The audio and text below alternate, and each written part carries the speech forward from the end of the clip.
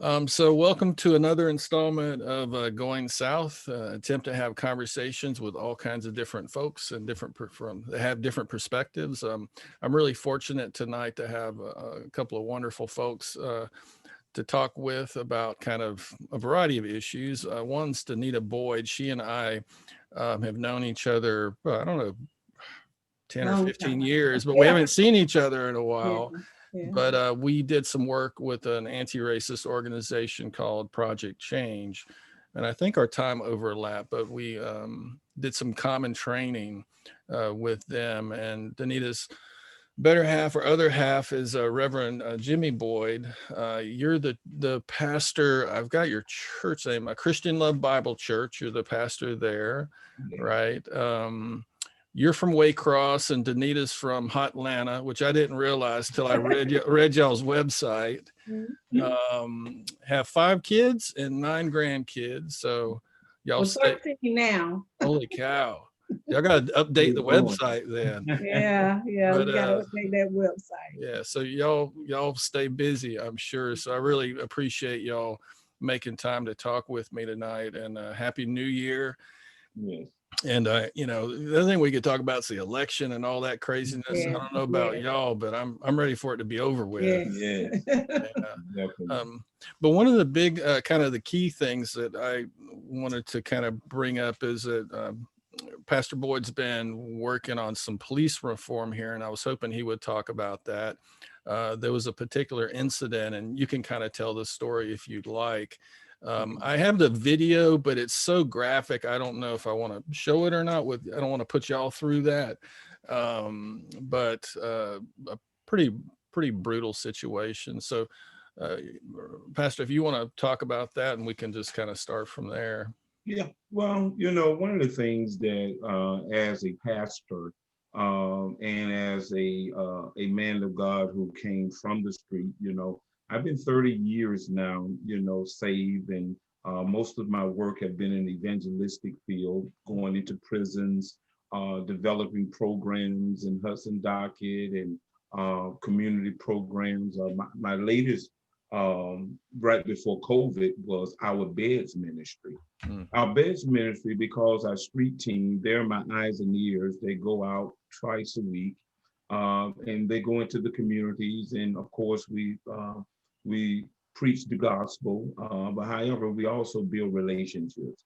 And what they found that came back to me was that 4 and sometimes 5 out of 15, 20 houses, children were sleeping on the floor. Wow. And so we created a beds ministry so that my congregation gave, we seek donations, and you should see the look on children's face who have been sleeping on floors, and we expect them to come and perform in school when they really don't get a good night's sleep. Yeah. And so we created the beds ministry, which is designed to give what the Bible says, sweet sleep. Yeah. And so that's one of my things. I've been doing that for 20, close to 30 years in the community. And one of the things that when you do that, you run across and you have the privilege of going into different neighborhoods, looking at different perspectives. And one of the things that I have seen and have witnessed is not so much about the policing, it's the over-policing. Yeah. And I had I talk with young folks all the time, and I hear their story until it happened to me one time, actually twice. One time I was just driving down Baytree, me and my son, and I'm in a Mercedes, and one of the headlights are out. And so I got pulled over. Of course, that's the right thing to do. But after that, 2 or 3 police cars just came up behind. They're now knocking on the passenger door, which is my son. And it was just too aggressive. Nobody was, have called in stealing or robbing or any kind of act like that. And and I talked with Childress. I met with Childress at the time, and I told him that I felt offended.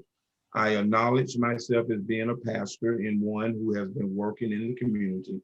Was he the chief at the time? I don't mean to interrupt you. He was the chief at the time. But it is the experience that people are having in our community of the over-policing. And I believe that what I teach is accountability. Everybody needs to be held accountable. Nobody should go and can do anything Right. without any type of accountability. And so what I'm trying to create with this police reform, I'm finishing up the documents and the general planning of it, but it's mainly is to get a good review board to work alongside of the police, that when there are these discrepancies, that maybe that other people outside can look at it from another perspective. Yeah. And because what has happened, even with Antonio Smith, and everybody in America have seen it, the video went viral. The guy didn't do anything wrong. They eventually acknowledged that they had the wrong guy after breaking his arm.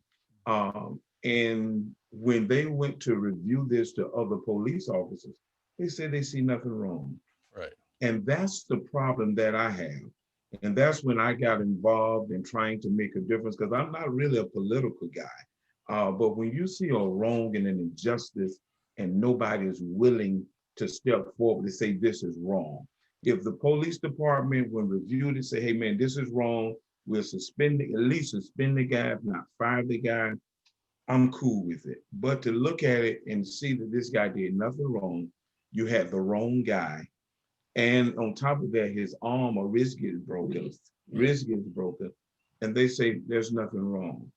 Yeah. And this is the type of attitude now that the Black community have toward police. It's almost like, because I've been encouraging young Black men to be police officers, but because of the reputation of the police officers, Right. they don't even want to be a police officer, because it's almost like an enemy. Right. It's like somebody who's not there to help but to hurt. Right. And so that's the concern, is that we got to have somebody to police the police. Yeah. And I think an independent review board that when these discrepancies happen can look at the evidence and be able to make recommendations on sensitivity training, make recommendations, because all of us love Valdostan, but we got to make Valdosta safe for all of Valdostan. Right. And that's the premise of what we're trying to do with the review board. Can I describe the situation with Mr. Smith, and tell me if I get it wrong? Okay. Because what I saw, so there's body cam footage. He is already talking to an officer who happened to be also Black, if I Right. remember correctly. They're not Right. having an altercation or anything. Right. And the from the camera's perspective, you're the camera of another officer who was a sergeant at the time, I believe, Right. who walks up and basically puts Mr. Smith in a bear hug. And, Right. and this is the first thing that confused me when I saw the footage, was he kept telling him to put his hands up. I don't mean to laugh, but he's got him in a bear hug.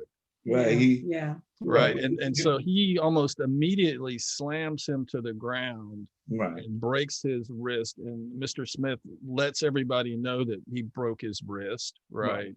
Right. Then they try to cuff him. They realize they've broken the man's wrist, and they kind of back off.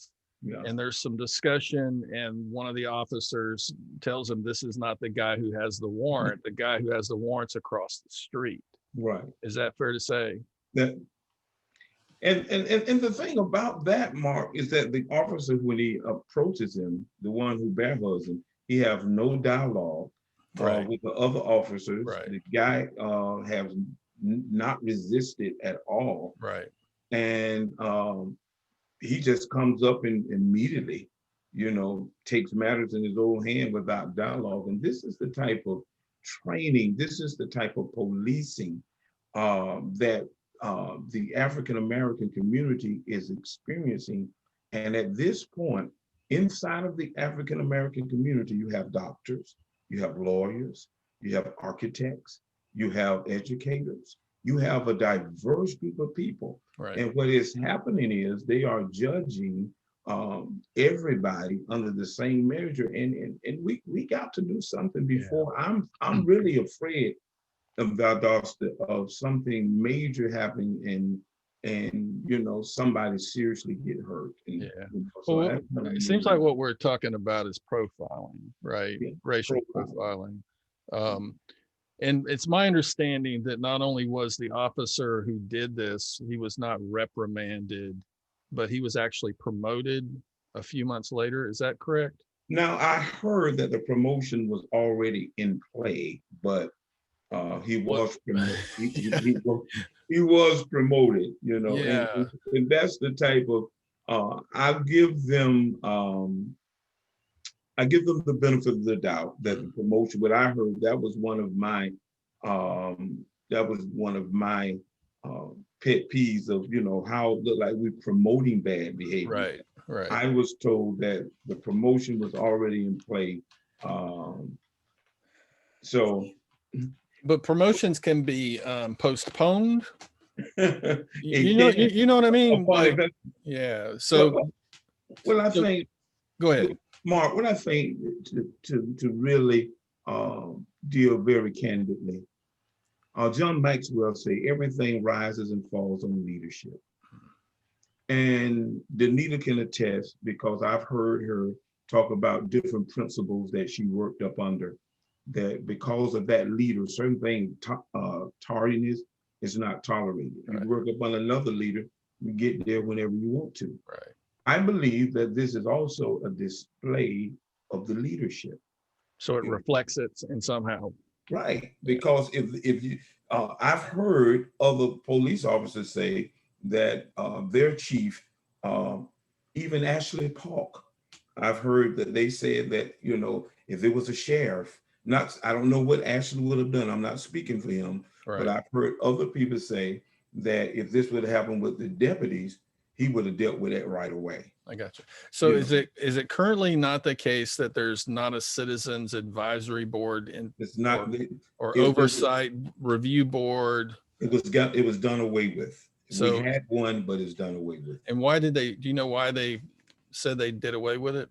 What was the reason? I don't know. Gotcha. So how did this get investigated? Is there an internal review board inside the police station that made the determination? Was it a grand jury or? Normally, it would go to the GBI, is what I was told, when there's an incident involving officers like that. But this case, they investigated it internally. So it's like the fox, you know, Garden the hen hen house. Yeah. You know, so Yeah. and I believe that it is a must if to keep everything above board, integral. We need this because policing now is a problem. It is a nation. Over policing is a nation. I'm not with defund the police and all of that, but I do believe we need accountability in our police department. And I think that the big thing is just admitting that something needs to change. It's very hard to change something when you don't even admit that there's a problem. Right. So it's just hard to get, you know, anybody really, particularly people in power, to admit, you know, something is awry here. You know, we need to do something to change this. And until somebody speaks up, you know, until somebody rocks the boat, you know, the boat is going to keep selling the direction it's selling. Yeah. Mark, I met with several of the city councilmen. I won't call their name, but I met with the senior part of the city council of Valdosta. They admitted that the officer was wrong, but they will not reprimand him because they are afraid if they fire him because the review board found that he did nothing wrong, for them to fire them would be another lawsuit. So they are scared to fire him because of expecting them to have a lawsuit. And I told them that if something is wrong, we cannot allow it to go. I don't believe that our citizens of Valdosta voted you to be a city councilman, and you know you have admitted it. You said it to me off record that we know he was wrong. Right. The officer was wrong, but we're not going to do anything because that independent, that review board, that internal review board said he did nothing wrong. And if we fire him now or take action, we may stand a lawsuit. So because of standing a lawsuit, they won't do what's right. But my understanding is Mr. Smith has filed suit against the police, right? Yes, they'll file suit. Attorney Hargerbrook is handling that. I don't know where we are. I know he had an article in the paper. Someone told me a couple of days ago. Yeah. I did not read that, but I believe that we'll continue to have these same situations. My second incident happened with the police. That first one was when the headlights was out. Can I ask about that for just a second? Because when I was at VSU, one of the concerns I had is we had so many Black students coming from Atlanta who were upper middle class, you know, parents, professional, moneyed, right? So these kids were coming to deep South Georgia with very, very nice cars. Right. And at that time, you know, the assumption is if a person of color's got a good car, a nice car, they're, you know what I mean? Yeah. Do you think that also kind of factored? That may have, and it shocked me, you know, that, you know, when I identified myself as a pastor, you know, I told him I was a pastor. He was not. It didn't matter. Yeah, and I met with the chief because I was so he gave me a ticket. He said he was going to give me a warning, but I started asking him questions. Unfortunately, he didn't have his body cam on. The police chief said that it was he think it was a mistake. I give him the benefit of the doubt, but he didn't have his body cam on. But I told him, if you would do a guy like me, a pastor, someone who have the last 30 years have tried to champion the cause of turning negative positive, and for you to, you know, I'm talking about, he was real hard and stern with me. Where you going? Who you going to see? And then, which is not relevant to a headlight. A headlight. I see if I was speeding, a headlight. Then the other police officers, they was on this side, they knocking on the door of the passenger, which is my son. And that's when I got offended. Let me, where you go? Don't I know you? Where you come? Where you going? How do you know the guy driving? You know, this is when I got offended. You know, so those are the type things that are commonplace now. And I was on Bay Tree. It wasn't like I was drug fested area or whatever. This was on Bay Tree, just riding in a Mercedes. Headlight was out, and I don't think it was the main headlight. It was one of the fog lights. And it was just a reason to stop me. And that's what I was telling the officer after, you know, he went into and 3 carloads of police. You know, did they give you any rationale as to why they needed backup? No rationale. He told me it was commonplace. So on a headlight, 3 police cars. And I'm embarrassed because I may have some of my parishioners ride by and say, Pastor got 3 police cars behind him. You know, look at the optics of how that looks.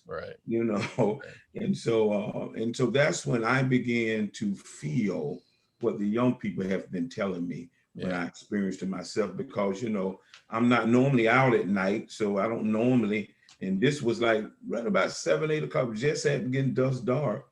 And so I hadn't experienced that, but when I experienced that, you know, when you experience these things personally, it takes on a whole different ball game. Well, that, and I don't know how it was for you to have your son go through that with you too.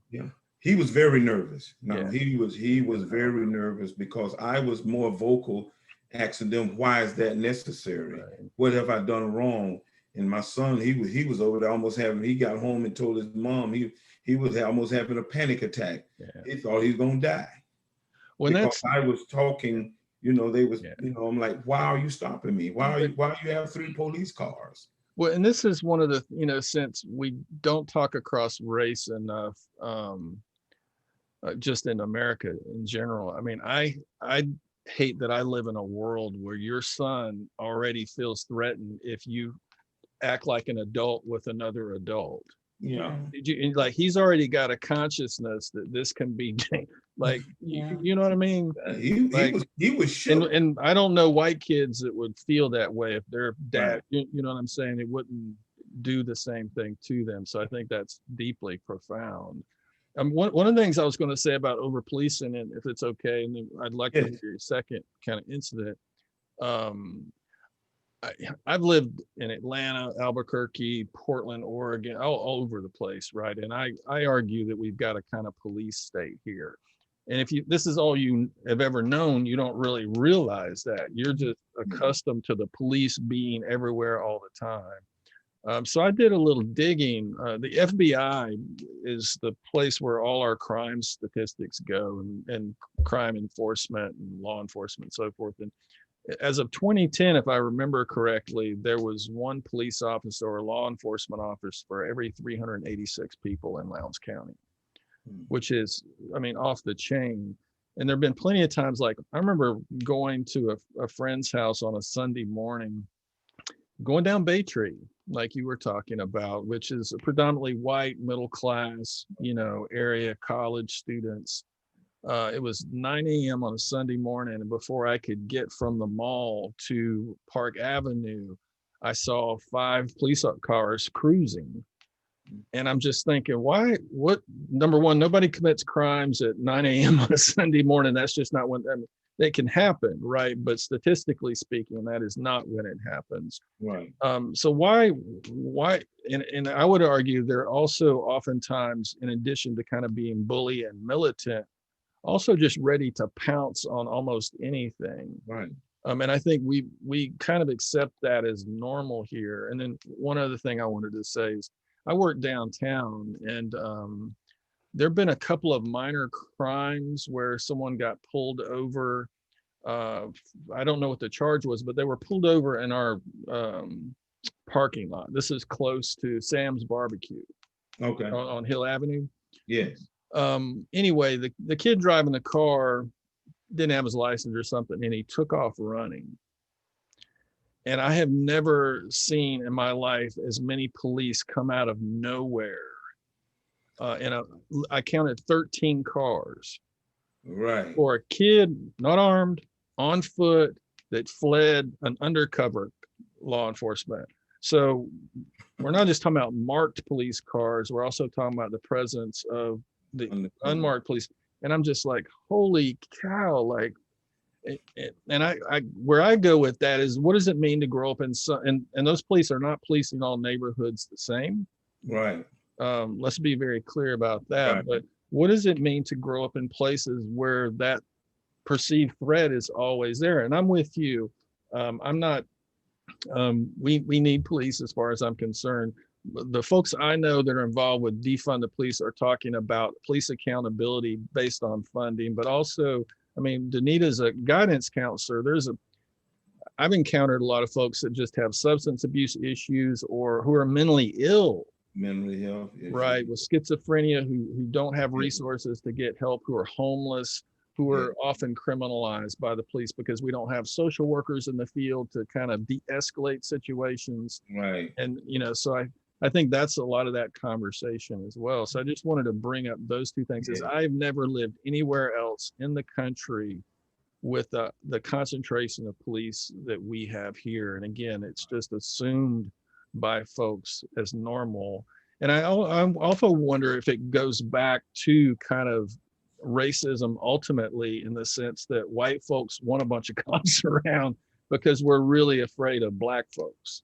And I think that's what it is. I think there's a fear there, underlying fear that, if you don't face it, if you don't really realize or can't admit that it's there, then it's a problem. But it's an underlying fear that, black people are going to hurt you. Black people are aggressive. Black people, are dangerous. Black people are violent, And so that thought is there already. So that's why blacks are police different. So when you come into a situation and you'll see if you're a police, you might see a white guy doing some things, you know, you're going to patrol him a little different. You're gonna police him a little different than when you see a black guy, because that thought is that this guy's dangerous. Yeah. You know, I mean, Well, even with mental illness, you know, a black person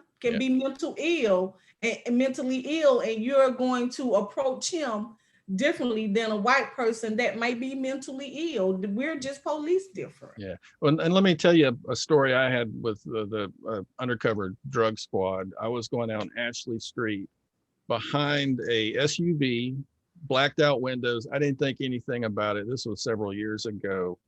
I passed them in the center, the turn lane. I get pissed off because I'm in a hurry and, you know, blah, blah, blah.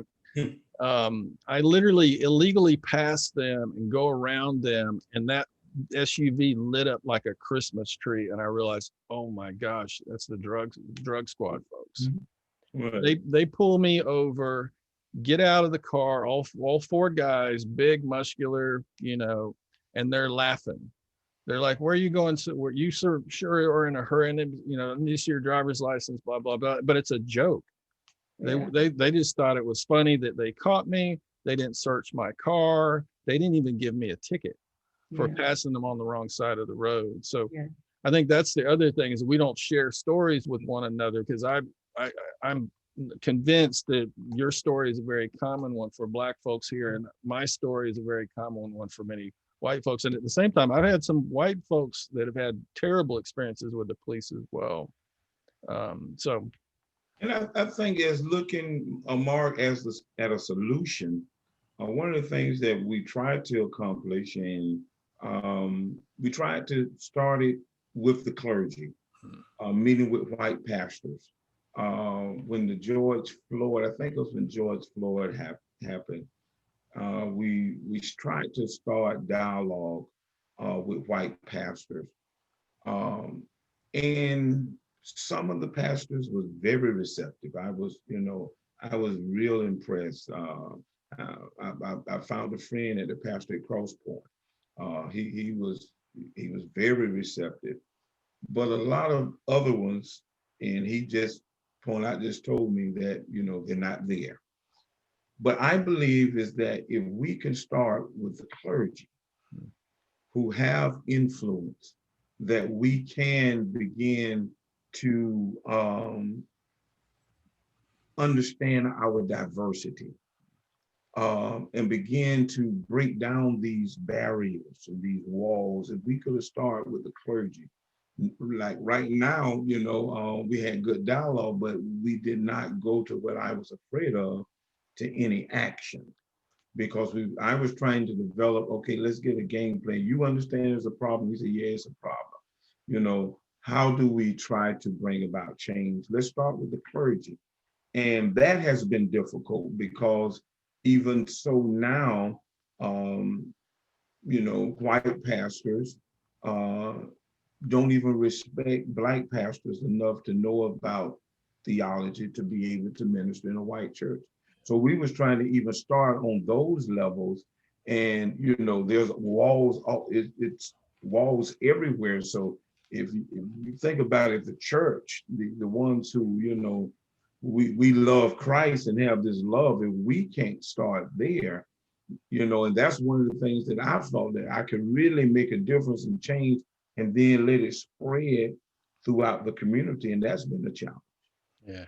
Well, I guess, Danita, you know, this isn't a new conversation, right? Like, I think what troubles me is that we're having the same conversations in many ways that we did 20 years ago around some of these issues. I think of Willie James Williams' death in 1998.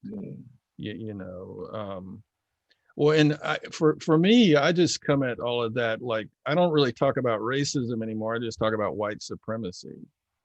That, you know, and I would argue those of us who are white and folks of color have been affected by it too, right? That we kind of carry this, it goes back to this taught fear that anybody that doesn't look like us is a danger or less than, right?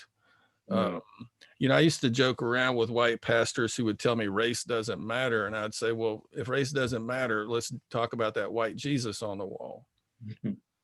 If race doesn't matter, well, number one, Jesus wasn't white. It's geographically impossible, right? I mean, we can agree on that, right? He's Middle Eastern, he's Palestinian, Yeah. but and maybe we can talk about Christianity's role in it, because Dr. King talked about this, right? In terms of the moderate white Christian who was trying to slow the civil rights movement down by telling folks, be patient, so it's, and Well, I think I just go back to first, you got to admit that there is a problem. And a lot of times, people, Caucasians suffer from white fragility. They don't want to discuss it, because if you start to open that can of worms, then you got to have some conversations that might be uncomfortable, so it's almost like, I'm good with me and my and how I am, and so if you start making me feel uncomfortable, that's something that I just don't want to approach. I don't want to have to have those conversations, because they're uncomfortable conversations. If I were to, I think if we go there as white folks, we ain't gonna know who we are. We're gonna have to figure out, you know what I mean? We're gonna have to come to terms with the history of the country. We're going to have to come to terms with the privileges we've enjoyed. These things we think we've accomplished in a playing field that's not equal. And I think some of us hold on to it because we just like the power. Yeah. Yeah. I mean, hate to give the power. And I always say this. I was like, if the tables would turn and the shoe was on the other foot, and it was the whites, the blacks in the power, I don't know whether I would want to give it up. So well, and this is my thing. I don't think there's anything to give up, really. If we're talking about privilege, I think the language of sacrificing or giving something up is turning it upside down, because there's nothing wrong with, to me, and y'all tell me what you think, please, but the problem is not the privilege. The problem is y'all don't enjoy the same privileges. Like the privilege of not being harassed by the police. And all the movements and the struggle for justice has been making sure everybody gets treated like a human, right? And a child of God. Right. And the thing is, I don't want to be treated any better. I just want to be treated the same. I just want to be treated the same. I want equality. I want to be treated equal, not better, just equal. Yeah. Do y'all think that, because I came back a couple of years ago, but has President Trump being in office, have you felt any difference? Because I just feel like he brought to the surface what was probably here and kind of gave it permission to come up to the surface. It reminds me, Mark, with President Trump, it reminds me of when we have an opportunity to burn our fireplace. And sometimes it seems like the fire has went out, and you can come in with the poker once or twice and give it that oxygen to breathe, and you begin to see a flame again. It was only because it was less visible did not mean that it was still not there. And I think that's what Trump did. He poked and he stoked until there was a flame now. And he also threw a few logs on there, I would say. Dura flames at that, like 10 or 20. And he threw some logs on there yesterday. Oh yeah. And so I believe that it surfaced again. I believe that people were trying to make honest change to be able to come together. And Barack Obama happened, and I think after that kind of platformed Trump, because the things that he's doing now, no president in modern time have ever done that and got away with it. and what he's trying to do now in his conversation. And I'm really displeased with the Republicans. I've had Republicans friends, and I love to be able to dialogue on different issues of why you chose the Republican Party, and we still are friends. Yeah. However, to support this train of thought, and to go against democracy, in levels that you would have never thought, and for you not to denounce it. That's what I think my problem now is not more with Trump, is with Mitch McConnell, is with all the other Republicans who have been the moral party. Now morals don't even matter. So morals matter to you when it benefits benefits you. But now I have a friend, she's a Republican, and she's a Christian, and she's a Trump supporter, white friend. And we dialogue all the time. And so I commented on her Facebook page because she shared something Trump said. And I said, do you realize that this is a lie? And so we kind of went back and forth. She was a little angry with me for kind of commenting on her page, because then, that kind of had other people commenting. And so, so anyway, so her thing that she said to me that really concerned me, she say, so what if it's a lie? Or if it's a lie, it's a lie. Or he could be telling the truth, but if he's lying, then, he's lying. And so how can you know what makes that a difference that you accept the lie from him? But if it was me that was telling the lie, it wouldn't be okay. So what makes it okay for one person to be blatantly lying? Not just one person, the most powerful person in the Well, so why is that not a problem to you? But everything else, you're pro-life, but this line it's okay if it's lying, that's okay. Well, I'm talking with a couple of white evangelical folk this week, one of which I know is a Trump supporter, and I think that's the confusing thing to me, is how you rectify a faith you claim you have with Donald Trump. And now, and do you know the theory behind this? The theory is that white evangelicals, because of prophecy and the feeling that Jesus is going to come back, just see Trump as a means to improve relationships with Israel. That's why we moved the embassy. They see him as a necessary evil, but I don't, they don't know the same Jesus I was taught. It's the thing that's confusing to me. And I'm serious about that. So I don't know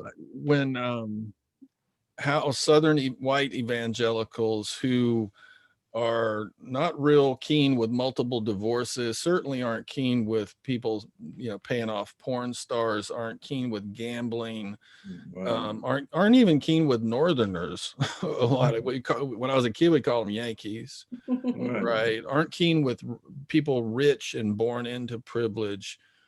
How they not only elected him in 2016, but his base grew even more this last time, which is deeply concerning. I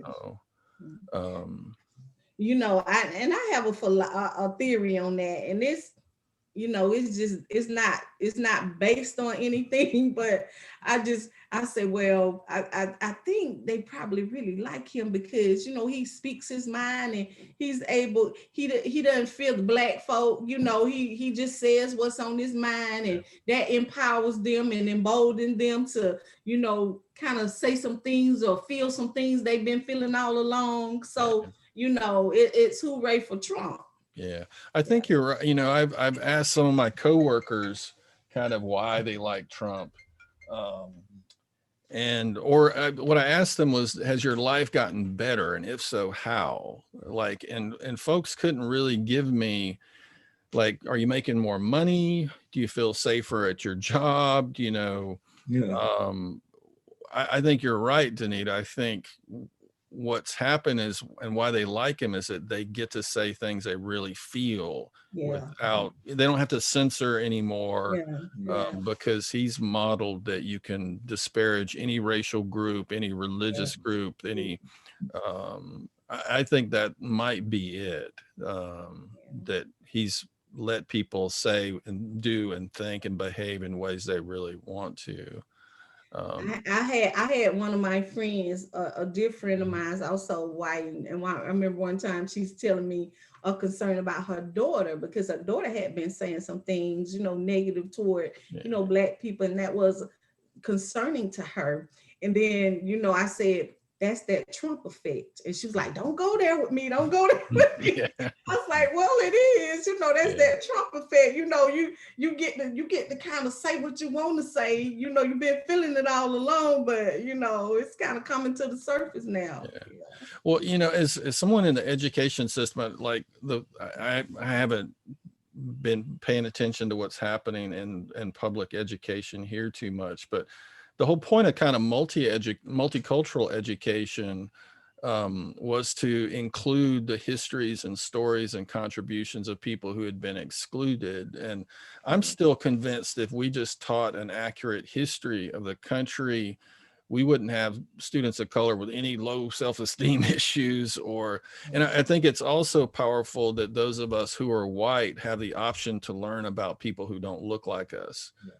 Even in college, I can choose if I want to go take a minor course in African American studies or Native American studies, but I'm going to be pretty much forced to learn kind of the white canon even in 2021. I talked with Dr. Malefi one time, and we was just talking about race relations. And he goes all over the world holding seminars, and I asked him, what do he believe is the problem, in the Black community. And he told me it was not self-esteem. He said it was culture esteem, because we don't know about our culture. If you meet an Irish person, he gonna have certain customs. If you meet a Jewish person, he gonna understand his customs and his. Just like a Jewish person, you very rarely see them ever get in trouble with the law, because how they've been trained and they understand their culture. And one of the things as African Americans, that's one of the things that is lacking, is understanding our culture. And so we don't have that culture esteem. And so we don't have the understanding of our brilliance. We don't have the understanding that we are not law-breaking people when you understand our culture. But because, the United States robbed us a lot of our original culture, now we're having to try to find out on our own. And so if the school systems did add that piece in there and taught it accurately and taught about, instead of teaching that Africa was nothing but jungle, and that's what mainly our boys grew up with. That's what I grew up with. I just thought Africa was Tarzan and Cheetah, and Jane, and, Right. And so if you taught an accurate, like you say, an accurate account, and let our young boys know, it gives us a cultural esteem. I got friends that are Jewish. I got guys I know that are Irish, and all of them got that same. If you go to one of their weddings, it's they have their own culture, Right. and that's one of the things that we are liking, is that cultural esteem, so that we can understand. And so if we were taught about our original culture and where we come from and things like that, I believe it would really help our young boys. I don't think it's accidental that you're not. I mean, we talk about structural racism and systematic racism. Right. I think the exclusion of it is also a commentary on the value of Black lives. Yeah. Do you know what I mean? I think the fact that that we still have people in the state of Georgia funding Confederate holidays to celebrate people who try to preserve slavery and using the tax dollars of Black Georgians to do it is a commentary on Black lives, right? So for me, none of that is accidental in terms of who has to learn about who.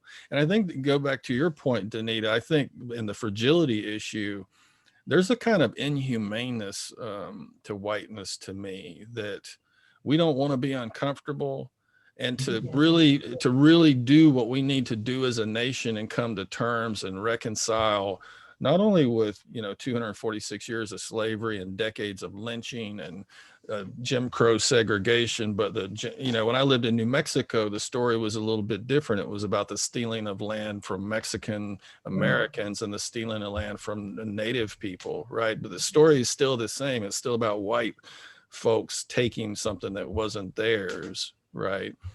So to do that truth work, a lot of us got to be uncomfortable.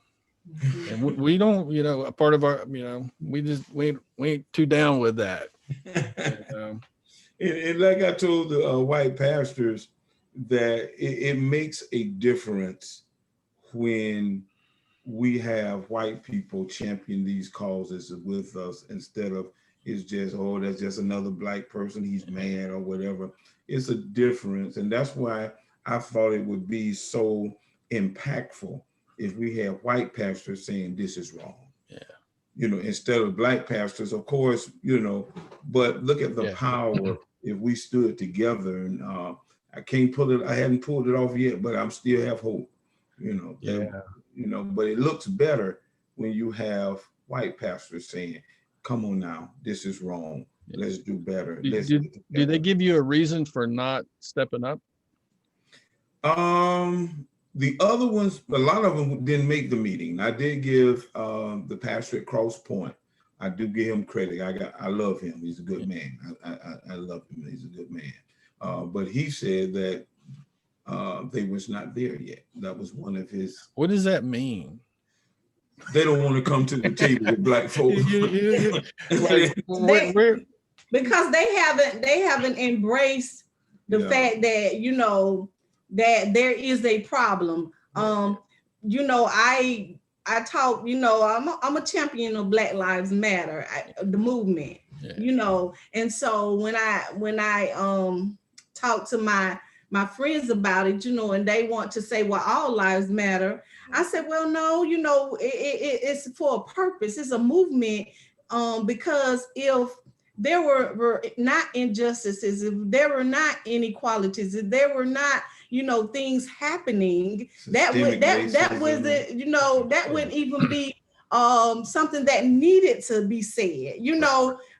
Everything would be all cool, but because we have seen the statistics, and numbers don't lie, that things are just done differently when it comes to Black people in America. And so if you can't even realize that, if you can't even admit that that's so, then how do we move from here? How do we move now with the George Floyd incident? I applaud it. It was a lot of companies, a lot of people championing the cause. You saw Black Lives Matter come to the forefront, after that happened, and I was very happy about it. But then, you still got those laggers, those that won't admit that, something is wrong. And now it's to the fact is, okay, like Danita said, the first thing, to any deliverance is a mentis, confession. And to get people just to admit that they see wrong. And so after that, okay, what do we do so that our young boys and young girls, we leave them a better place than we found it? And so that's where I'm at now. I'm trying to find some solutions. I think one of the things we got to do is, Trump talks about law and order, but, we have to do something with the police. Now, if I can be honest with you, I believe that what has happened, and now this is Boyd theory. Now I'm just wanting about the police and what I've found, and a lot of times, at first there was the slavery that controlled the Black man. Well, the police really evolved out of slave patrols, right? Right. Yeah. And so from there, economics have have been a one to keep a person with predatory lending Right. and things of that and things of that nature. And so what happens now is that you have a lot of Blacks who have arrived economically. Mm. And so the way to be able to control them now won't be money, because you have people who's Yeah. making money. Yeah. Financial So I still security. got to control you. So the only way that I can do it is the police. Mm.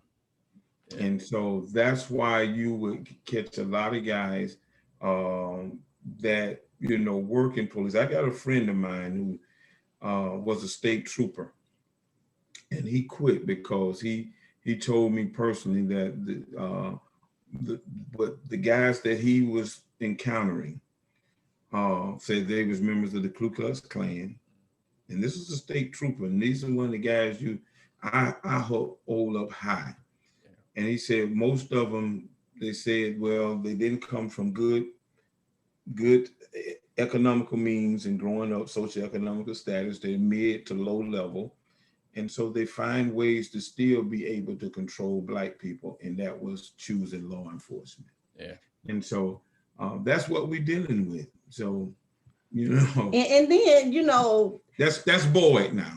I think it's a good theory. Yeah, and I'll most, and I'm gonna say most police are very good, but and I think I heard Floyd Rose say this to the mayor one time, and I don't know what was happening or what we were meeting about, but he told him, he said, if you are saying that there are no bad apples in the bunch, there are bad apples. I don't care, in education, teachers, you got bad apples, companies, you're gonna have a bad apple in that company, because it's just bad apples out there. So for you to say that the police have no bad apples, every last police is a good police. So I mean, like I said, even in education, so the difference is in education, we're not just able to pull out a gun and shoot somebody, Right. and it be okay. And I want to add to this, because this or break their wrist. Yeah. This was something that you said something that really that I've been contemplating, and in order to make policing better, the community needs to see police call out bad police. Absolutely. Break the blue code or whatever code that they say they have. That would start ensuring and making the community feel like that, hey, if he's a bad police, he's going to be called. It's just like any job. I ask any of my co-workers, and anybody, I say, if you go on a job and there's a guy that is not productive, that has a bad attitude, he's it's all about the culture of the company now. He goes against the mantra and all of this stuff. I say, when you call him out, when you reprimand him, when you coach him up, and until the police do this, it's a moot point, because they got to be able to say, boy, you shouldn't have shot him, you wrong. Boy, you shouldn't have did that, you was wrong. And let the community see that there are things that are being put in place to protect all citizens of Valdosta. I think there's a significant amount of data too, when you have cops that actually are held accountable and they lose their job, they often just go work somewhere else as another law enforcement official. I mean, I think there's a number of reforms. I think you're absolutely right. There should be accountability for complicity and silence, right? There should be penalties for that. And criminal penalties, like they should have to abide by the laws they're enforcing, right? I also think we could pay and actually have higher requirements for police, because I think in most, like for city cops, I think you have to be 21, and I think it's 18 weeks of training. But Danita, you said something earlier about going to New Orleans and People's Institute training. I also think the law enforcement need to know the communities they're policing. Hopefully we can hire from those communities. They need to know the history of communities and what communities are grappling with, why you have high concentrations of poverty in places. why you have drug use. In some places it is high, higher concentrations. Right. There's all kinds of training that um, will humanize the people. And back in the day, police were peace officers. Right. I mean, I think there's a couple of things in addition to funding questions. The other thing that concerns me is kind of the militarizing of the police. Yeah. Like, I've never understood why some police in urban settings are wearing camouflage, like military grade stuff. When if you want to blend in, you need to dress like a garbage can or something, right? You're in an urban setting, but there's a variety of policies in addition. But I think your point of an advisory board too that has some power, and as well as elected officials that will hold law enforcement accountable. There's tons of stuff we could do. Yeah. And I know, they have to be quick thinkers in that. Absolutely. If they miss a beat, it could mean their lives. Absolutely. I remember talking to one police, and it was actually a woman, and she say they're taught, if you feel threatened, you give one to the head, one to the chest, you're giving kill shots, and but the sad thing about it is a lot of police feel threatened by blacks that are not threatening, just because of the color of their skin. They're threatened already before the threat is even there. Right. So that kill shot is serious for us, I remember my son telling me, and he didn't tell me this till years later, when we went to Daytona to see my one of my sons graduated. He graduated from Bethune-Cookman, and he was saying the police pulled them over and made them get out the car, and it just made them late. But anyway, the police told him, if you move, if you blink, I'll put a bullet in your head. And they were not, he said, Mama, we were complying. We were, had our hand on the steering wheel, and they were just like made them get on. It was just awful, him sharing that story with me. But he said he never told me that before because he didn't want to upset me. Right. Well, I think that I just watched a whole analysis of the Breonna Taylor shooting.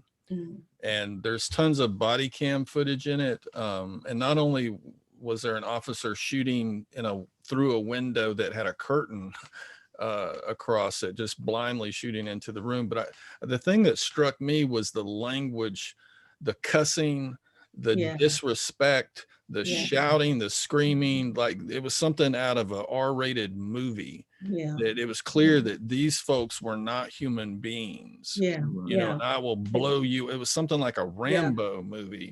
So I think that's the other thing. And I get, I had to do some training with police in Greensboro, North Carolina around race years ago. And I had this real aggressive big male officer stand up and goes, well, you just don't understand how it is. You don't know what it's like on the streets. And I've worked in tons of poor communities. I lived in a community called the War Zone in Albuquerque. I've been burglarized, my car, and I haven't felt as, I didn't feel unsafe or anything because I knew my neighbors. I had relationships with people, but I had to tell this guy, look, if you're feeling all this and you got all this stress and you got all this rage, you need another job. This is a job. You weren't drafted to do this. You ain't been forced to do this. And you might want to reflect on why you're doing this. What's going on? What are you getting out of this kind of hero, tough guy kind of thing? Because you're potentially dangerous to folks in the community. And at the same time, I understand policing is dangerous, right? And I want to acknowledge that, but but I don't think it should be approached like us against them, because when you sign on to protect and serve, you have to have a mentality of help. You're in a serving capacity.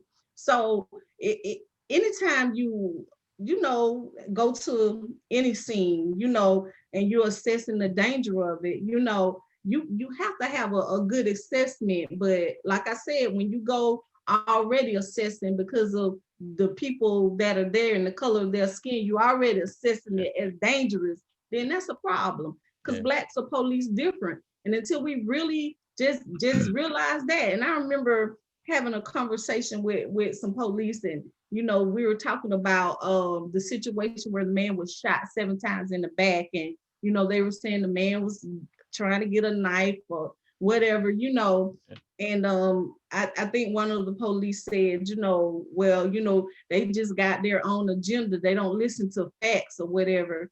And my reply was, everybody has an agenda, everybody. So if you really want to look at facts, look at the fact that if he was a white man, would he have 7 bullets in his back? Right. Well, I think, in these cases, the other thing I just think about, and I said this when Trayvon Martin was killed,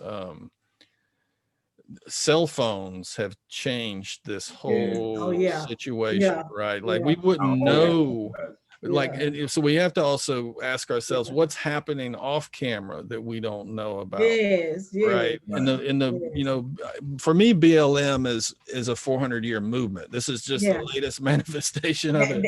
That's right. That's what I say too. I always say that. I say it's no different than the civil rights movement. It's no different than all the other movements we've had, the Emancipation Proclamation. Well, and it dares assert the humanity of Black folks, right? Which then, just by doing that, like you said earlier, those of us who are white all of a sudden got to bring up, well, doesn't everybody's life matter? I mean, even that makes us uncomfortable. That Black folks have the audacity to assert their humanity and say, I had a couple of aunts stop talking to me because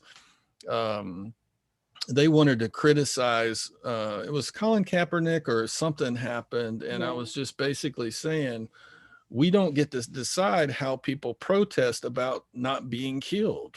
I mean, that's some serious arrogance. Like, I'm not going to actually do anything to make sure you're seen as a full human in this society, but let me tell you how you're doing it wrong. Like, you're talking about some white supremacy. Oh my gosh.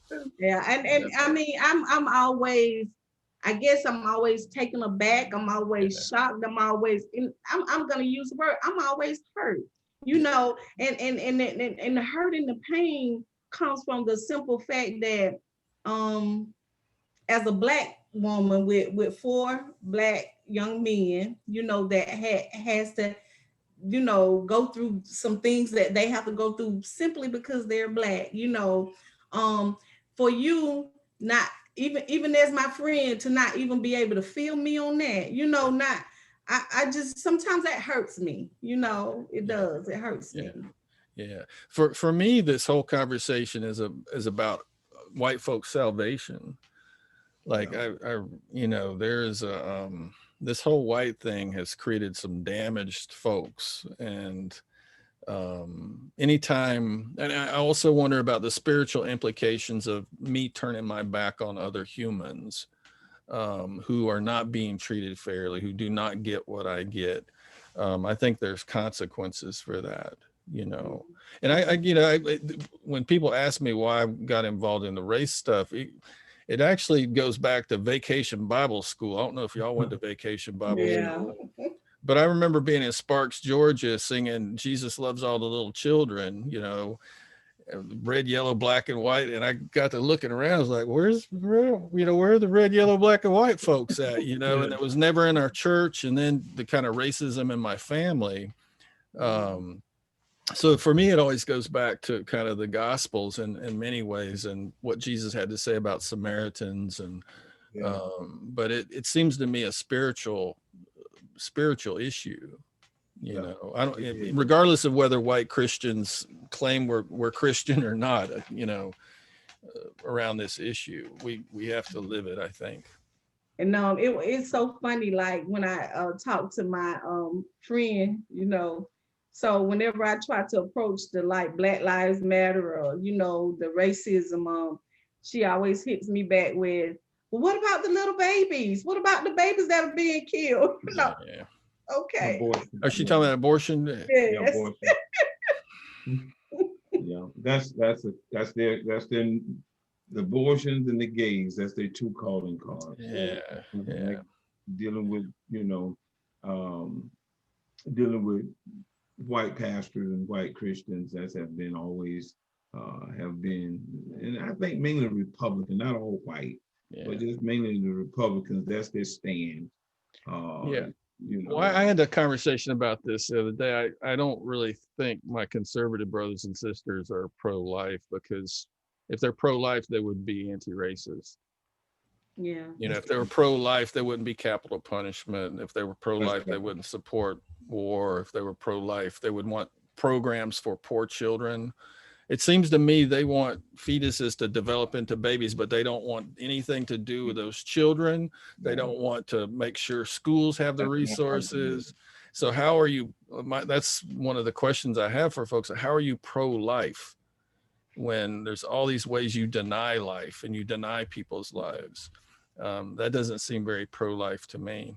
So was there anything else y'all wanted to chat about? I mean, or anything I've said that's problematic? Because I don't know. We would, Mark, I appreciate what you're doing. I really do, and I've heard of you, and I really admire what you're doing, man. Well, likewise. I appreciate it. Well, and it's it always gets dangerous when white folks. We should be doing this. It shouldn't be anything special. And I've been in situations where I'm not saying anything black folks ain't said. You know what I mean? And I sometimes get patted, like I get praised for it. And I know you're not doing this, but oftentimes I've seen that create conflict between black folks, because they're like, why are y'all patting the white boy on the head for doing everything you know what I mean? So for me, it's, and this goes back to Danita's point about privilege. I think it's in my interest to see racism end and white supremacy end, because we're going to have a better world.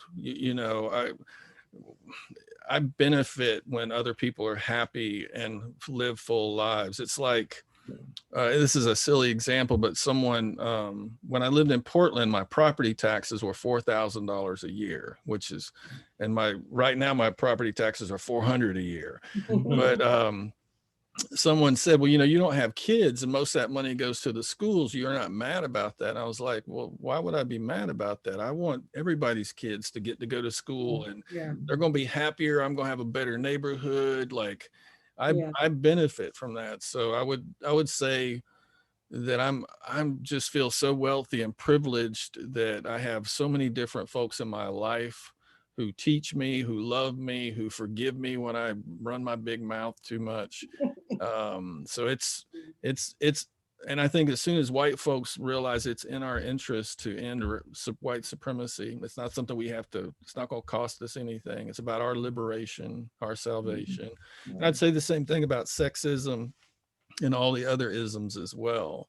It's a spiritual matter. So. Yeah. Well, I thank you so very much, Mark. I thank you too. And I got kind of tickled because I was just thinking, with all this fear and all this stuff that's going around, it's almost like people think the black people gonna take over and the world gonna end. We're gonna be in so much trouble because the black people gonna take over. And it's almost kind of like funny to me, like, when I hear people talking, I'm like, oh my God, what do you have in your mind? How do you really feel about, black people and their abilities or inabilities? It's so funny to me. Well, and that's why we don't want y'all to vote.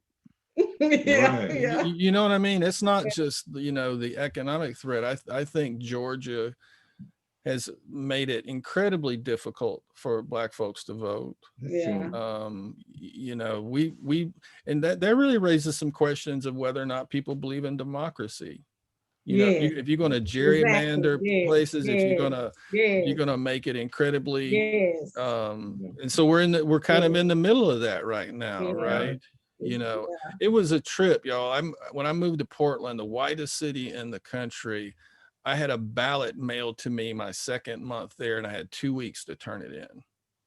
And I was thinking, man, like all the folks there thought, yeah, we're all progressive, you know, we get mail-in. It's a just normal thing. It's the statewide. They have mail-in ballots for every election. Right. And I was like, y'all know why y'all do this? Because y'all ain't got any people of color up here. It's a bunch of white folks.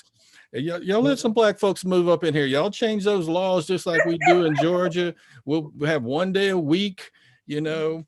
You got to, you know, we won't let folks that get out of jail vote, like the whole 9 yards, right? So it's about power and control. It and I don't know really about is. y'all. I'm concerned. I'm concerned that regardless of what happens with President Trump and Biden, and if Biden's inaugurated, like Trump's base ain't going nowhere.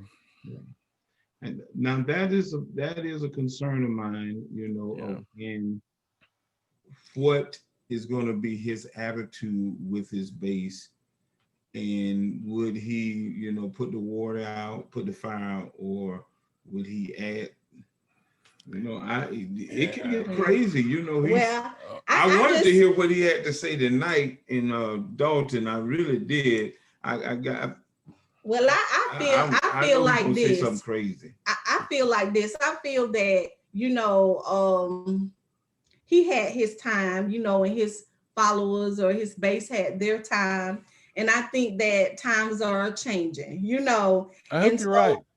And so even though, you know, it happened, but I think that we're moving on from Trump. I hope you're right. I hope. I pray. And I really do. I think we're moving on from Trump. I think that he don't want to go to jail. Yeah. He gonna go kicking and screaming, man. Yeah. So I don't want nobody to get hurt. Well, he's talking about. I'm with you. Well, you know, and he's rallied all his folks to be in DC with their guns on the 6th, you know. I felt it here with just by wearing a mask. Wearing a mask is a political statement. So I hope, Danita, I hope you're right. I really feel like that. Well, I know that's what we want, but that 70 million people, that kind of well, not only that, it grew. Yeah. But do you realize though that the reason why polling always showed Trump less than what he actually was because people were actually really kind of not wanting to say they were for Trump. You know what I'm saying? So all the polling and stuff maybe even showed him with lesser votes. And the same people that are kind of afraid to even admit that they are for Trump, I believe they're going to go back wherever they were. You know, I just believe that. We're going to pray, Mark. Yeah, I'm looking at the glass half full. If you get a call from me on the 6th or the 7th, you know what it's about. All right. Have you got any predictions? Do you think Raphael Warnock and or Ossoff will win, or do you? I believe the Democrats put together a good ground crew this time. I have never. Y'all seen anything like this before? No, I've never seen that. No, ever. I heard, and I think that we were ready, but like you say, even though we might not have been the loudest, but we were voting. It was like, okay, we're gonna speak with our ballots, you know. So I heard a number today that upwards of $800 million was spent on campaign advertising. Yes. I told him it was going. I knew it was with what's at stake. I told everybody. I said, man, Georgia gonna be crazy. Georgia's gonna be. They're gonna pour money into Georgia. Yeah. I thought it was gonna be around 200-300 million, but it doesn't get. I bet it'll be $1 billion before it's over with. But if you think about the fact that Biden won Georgia, if you think about the fact that we are even in Senate races, if you think about that, you know, we can kind of just look at times changing. You know, times are changing. I'm with you. I just there's this part of me that feels like there's a significant number of Americans because of white supremacy that would rather burn the country to the ground than share power. And I hope I'm wrong, Danita. I hope I'm wrong. Yeah. You know, I don't think it's enough good people in the world, Mark. Enough good people that gives me hope Yeah. for a better future or hope. Yeah. You know, people would ask me all the time when all this, the foolishness with the, you know, with the George Floyd and all of do you think this is the end of the world? I was like, no, this is just another revolution to bring about change. Yeah. You know. Mark, we're gonna pray. Yeah. Yeah, well, I appreciate it. We're gonna pray. We're gonna pray. Well, yeah. Go ahead. No, I was just thanking you for making time tonight, and thank you for the work you're doing. And if I can do anything with the effort to work with the police, did they crank out a report or anything on that's public? On Mr. Smith's officer, assault? Yeah. I will have to ask Harvard. Okay. Yeah, no worries. No worries. But if I can do anything, please don't hesitate to let me know. I won't. All right. All right. Thank you, Mark. Thank you. I love you both. Happy New Year. Y'all stay Okay. safe. Thank you so much. Bye-bye. All right. Have a good day. Bye.